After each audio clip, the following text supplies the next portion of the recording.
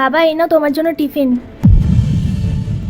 ও hello aunty, তুমি এখানে কি করছো আমার বাবার চেয়ারে? আরে তোমাকে দেখে তো গরিব মনে হচ্ছে, এই চেয়ারে বসে তোমাকে সাহস কে দিল? ওঠো এখান থেকে ওঠো।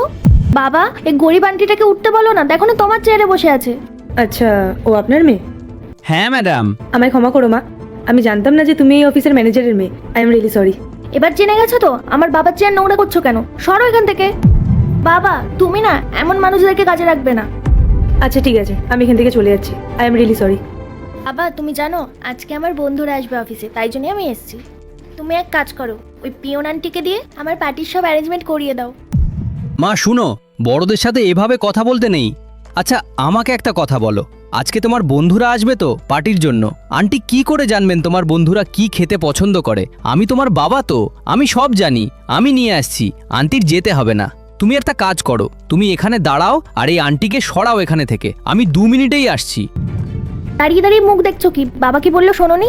যাও এখান থেকে। চলে যাচ্ছি। আচ্ছা বাবা, তোমার হাতে ওটা আইফোন না? আইফোন তো অনেক দামি হয়। হ্যাঁ এটা অনেক দাম, এটা 1,00,000 টাকা। তুমি তো এটাও জানো না 1,00,000 টাকা কত শূন্য হয়? দুজন বন্ধুকে পাঠিয়ে দিচ্ছ, ওদের খাবারের খরচা, তোমার লাইফস্টাইল, তোমার ড্রেস, তোমার ফোন, তুমি কি রোজ এভাবেই তোমার বাবার টাকা খরচ করো? ও হ্যালো আন্টি, তোমার কি সমস্যা? আমার বাবা আমার জন্য খরচা করে। তুমি তোমার বাবাকে এই অফিসের ম্যানেজার মনে করছো, তাই তো? কিন্তু আসল সত্যিটা হলো তোমার বাবা এখানকার ম্যানেজার না, উনি এখানকার পিয়ন। আর ওনার স্যালারি এতটাই কম যে আমি তো এটা বুঝতে পারছি না উনি তোমার সমস্ত ইচ্ছা কি করে পূরণ করছেন। ওনার ওই স্যালারিতে তোমার স্কুলের ফিসটা চলে গেলেই তো অনেক বড় ব্যাপার।